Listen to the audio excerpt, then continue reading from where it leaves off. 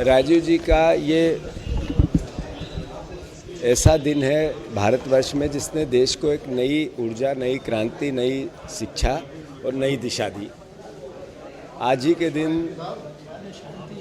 राजीव जी, जिन्होंने 21वीं सदी की भारत की कल्पना तो की ही, पर साथ ही साथ इस देश की एकता और अखंडता के लिए अपने आप को न्यौछावर भी कर दिया।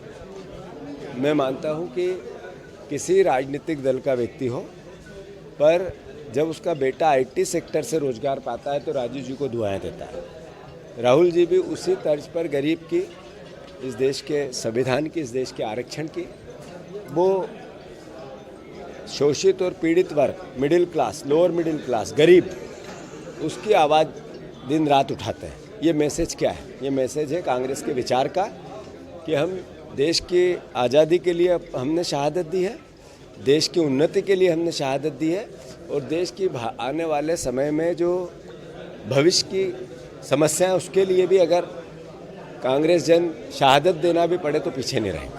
तो 10 साल से बीजेपी का शासन है, 25 साल से यहाँ बीजेपी का शासन है प्रदेश में। अगर ये स्थिति निर्मित हो रही है तो इसकी दोषी तो बीजेपी है। अगर उन्होंने ऐसा कहा तो कैलाश विजयवर्गीय ये बता रहे हैं कि उनकी सरकार निकम्मी है, इसलिए देश में ऐसे हालात हैं। इसलिए ऐसे हालात हैं कि प्रदेश में भारतीय जनता पार्टी 25 साल से है। तो मैं सोचता हूँ देश के प्रधानमंत्री को जाकर उन्हें शिकायत करनी चाहिए, जाकर उनसे बात करनी चाहिए कि देश के ऐसे हालात क्यों बन रहे हैं। देश में, ये देश अखंड है, ये देश का जो संविधान है उसकी रक्षा हर देश का नागरिक करना चाहता है। कैलाश विजयवर्गीय की जो आशंका है वो सिर्फ डराने और धमकाने की। देश एकजुट है, था और रहेगा, और ये हर कांग्रेसी देश की एकता और अखंडता के लिए अपनी शहादत देनी पड़े, अपने खून का आखिरी कतरा बहाना पड़े तो तैयार रहेगा।